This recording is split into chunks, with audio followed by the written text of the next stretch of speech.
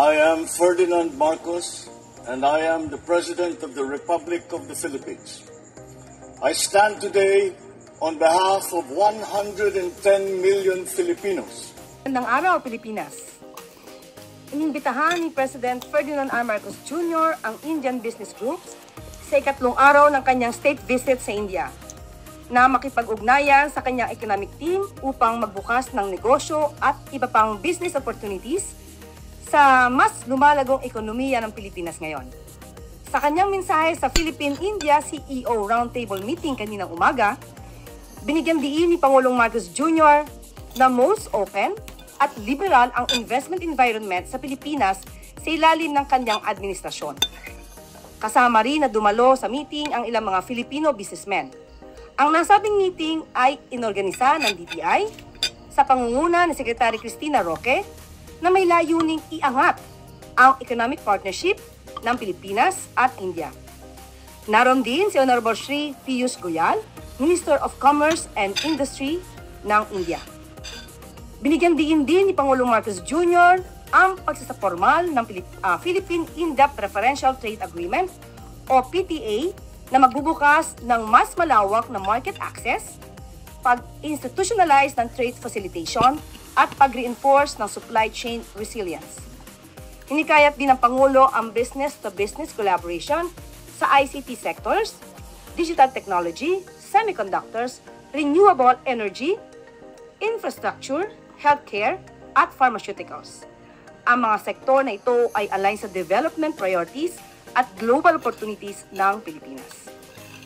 Binigyan din naman ni Pangulong Marcos Jr. ang iba't ibang legislative measures upang mas mapaluwag at mapadali ang pagbubukas ng negosyo sa Pilipinas ng foreign investors kabilang na ang Indian business groups. Wow! Kabilang sa mga efforts na ito ay ang pag-issue ng Executive Order No. 18 na nag-uutos sa pagkakaroon ng green lanes for strategic investments upang masiguro ang mabilis at streamlined processing ng investments sa Pilipinas.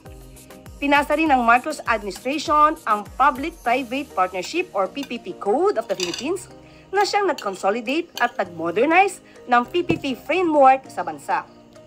Ang amendments sa Renewable Energy Act na naglalayong hikayatin ang mas maraming investors na mamuhunan sa clean energy sa bansa. Binigyan lakas din ni Pangulong Marcos Jr. ang investment regime sa pamamagitan ng corporate recovery and tax incentives for enterprises to maximize opportunities for reinvigorating the economy or Create More Act. Pinirma nito ng Pangulo noong November 2024. Layunin ng Create Act or Create More Act ang liwanagin at i-expand ang value-added tax or VAT at duty incentive availment.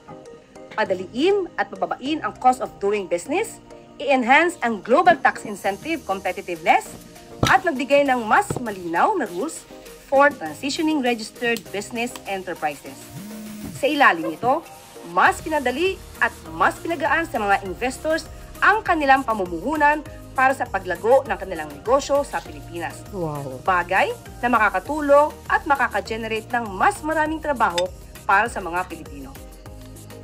Ayon kay Pangulong Marcos Jr., layunin ng mga measures na ito na time-bound, performance-based, and transparent ang Pilipinas sa gitna ng pabago-bagong pangangailangan ng mga investors.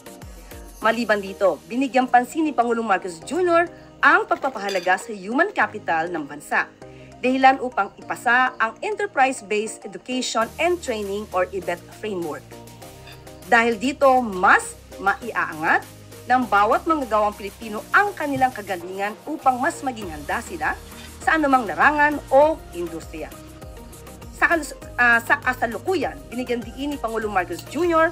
ang growing momentum sa bilateral trade Pilipinas na umabot sa $3.3 billion mula 2024 hanggang 2025. Isang patunay hindi lang sa magandang dynamism na ekonomiya ng bansa, pati na rin sa mas malakas na complementarities at value-sustained dialogue sa pagitan ng pamahalaan at business sectors ng Pilipinas at India. Ipinahayag din ni Pangulong Marcos Jr. ang sustained economic growth ng bansa na umabot sa 5.7% GDP growth noong 2024 patuloy na mas healthy at robust ang banking sectors habang patuloy na nakakatanggap ng stable at positive investment grades ang ating credit rating ng bansa. Bilang pagtatapos, hinikayat ng Pangulo ang Department of Trade and Industry na makipag-ugnayan sa kanilang Indian counterparts na mag-convene ng Joint Working Group on Trade and Investment. Inutos din ng Pangulo sa DTI na pangunahan ng efforts ng pamahalaan sa PTA. Nagpapasalamat din si Pangulong Marcos Jr. sa mga CEOs para sa kanilang commitment sa Pilipinas. Makakaasa naman ang Indian business groups sa commitment ng pamahalaan para sa mas maunlad na pagnenegosyo sa bansa. Ganyan kagaling si At sa ibang issue, sa layunin na protektahan ang mga magsasaka sa epekto ng presyo ng palay, sinuspindi ni Pangulong Ferdinand R. Marcos Jr. ang rice importation sa loob ng 60 days mula September 1 ngayong taon. Ipinalabas ni Pangulong Marcos Jr. ang direktibang ito matapos ang consultation sa mga cabinet members habang nasa India para sa kanilang 5 araw na state visit sa bansa. Ayon na rin ito sa rekomendasyon ni Agriculture Secretary Francisco Tio Laurel Jr. Samantala, mamayang gabi naman ay nakatakdang mag-deliver si Pangulong Ferdinand R. Marcos Jr. ng Foreign Policy Address sa Observer Research Foundation o ORF. Kagabi sa kanyang speech sa dinner banquet, sinasabi ng Pangulo na palagi niyang pahalagahan ang kanilang pagbisita sa India kagaya ng kung paano pinahalagahan ng kanyang ama ang pagbisita dito. Umaasa naman si Pangulong Marcos Jr. na maiuwi sa Pilipinas ang kanyang naging produktibong meeting sa mga leader ng India at maisakatuparan ang naging mga kasunduan ng Pilipinas at ng India na siyang magiging patunay na mas malawak na ugnayan ng dalawang bansa.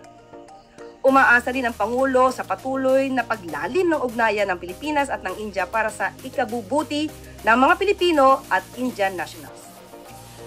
At handa na po tayo tumugon sa inyong mga katanungan. Unang tanong mula kay Eden Santos, Net25.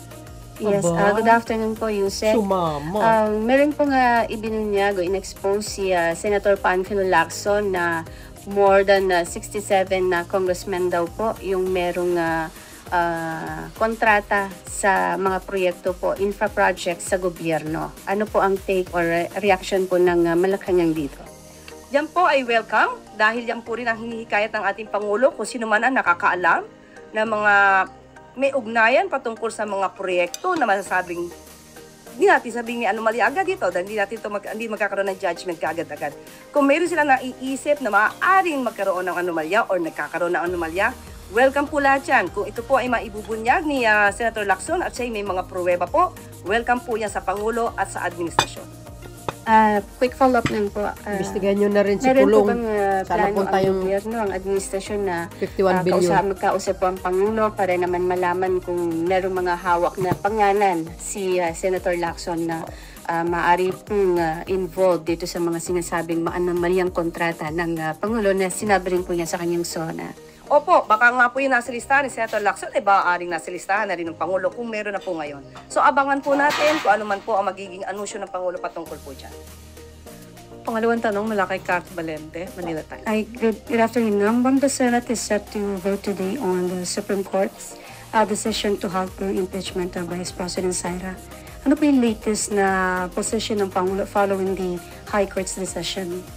Muli, kung ano man po, sa ngayon po, dahil ang desisyon po ng Korte Suprema ay ma-dismiss po ang complaint na to dahil sinasabi niyang walang jurisdiction ng Senado o ang impeachment court na dinggin ang impeachment or articles of impeachment. Yan po ay ginagalang ng administrasyon, ginagaling po ng Pangulo. Dahil yan po, sabi nga po natin, ang Supreme Court ay ang final arbiter. At kung ito po sa ating pagkakaalam ay mayroon na pong inihain na motion for reconsideration. So mas maganda po siguro kung mahihintay po nila ang magiging desisyon at final decision ng Supreme Court. Kung ano po ang mangyayari sa Senado, sa usaping ito ay nasa kamay po nila yan at muli hindi po panghihimasukan ng Pangulo kung ano man ang magiging trabaho po ng Senado. Yung isa pa related lang, the Office of the Vice President has yet to provide information on the whereabouts of Vice President Sara Duterte. May info pa ba ang palasyo at ano po reaction niya dito? Sa ngayon ay wala po tayong informasyon. Tinawagan po natin ang Office of the Executive Secretary sa ating pagkakaalam at sa ating ibinigay. Ang pinakahuling travel authority na inaibigay sa kanya ay simula July 5 hanggang July 28 kung saan po siya nag-travel papuntang the Netherlands at South Korea. Meron po tayong nabalitaan at ito'y naitanong sa atin na meron daw na balak ang Vice Presidente na pumunta sa Kuwait, no? Sa Kuwait ng August 8.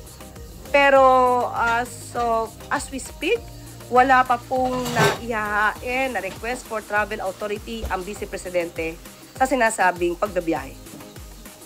Sunod na tanong mula kay Julie Bay sa TV5 1PH. Follow up lang ma'am doon sa impeachment.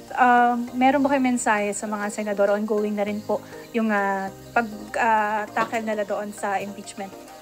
Sa mga senador, gawin lang naman nila yung kanilang trabaho.